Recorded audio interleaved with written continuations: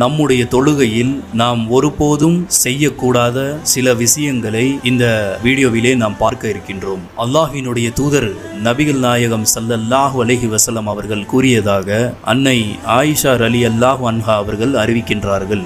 உணவு வந்து காத்திருக்கும் போதும் சிறுநீர் மற்றும் மலத்தை அடக்கி கொண்டும் நீங்கள் தொழுகக்கூடாது என்றார்கள். அல்லாஹ்வினுடைய தூதர் நபி ஸல்லல்லாஹு அலைஹி வஸல்லம் அவர்கள் நமக்கு முன்பாக நாம் சாப்பிடுவதற்காக உணவு இருந்தால் அந்த உணவை உட்கொண்டு விட்டுதான் சாப்பிட்டு விட்டுதான் நாம் தொழுக வேண்டும். சிறுநீர் மற்றும் மலத்தை அடக்கி கொண்டும் தொழுகக்கூடாது என்பதை இந்த ஹதீஸிலே புரிந்து கொள்ளலாம். இரண்டாவதாக நபி தோழர் அபூ ஹுரைரா ரலியல்லாஹு அன்ஹு அவர்கள் அறிவிக்கின்றார்கள். முஸ்லிம் என்ற நபிமொழி தொகுப்பினிலே 948வது ஹதீஸாக இடம்பெறுகின்றது.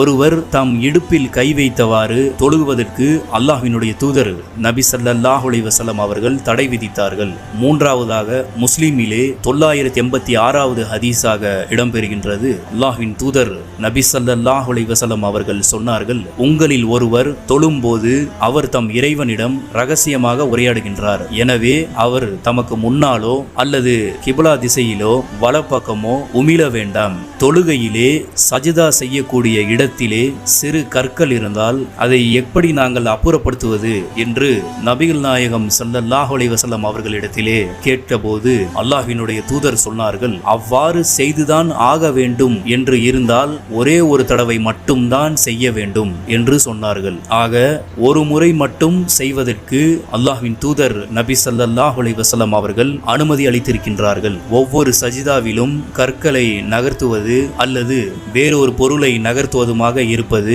தொழுகையிலே தடை செய்யப்பட்ட ஒன்றாக இருக்கின்றது.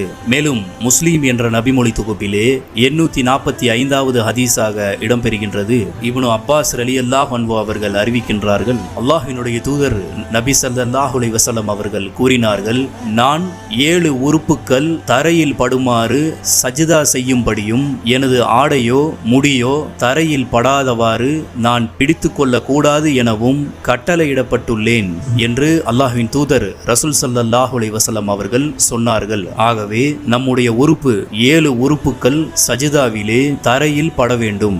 நம்முடைய முடி அல்லது நம்முடைய ஆடை அதற்கு தடையாக இருக்கக்கூடாது. நாம் நெற்றியை வைக்கும்போது தரையில் வைக்கும்போது நெற்றி நேராக தரையிலே பட வேண்டும் என்பதையும் கவனத்திலே கொள்ளுங்கள்.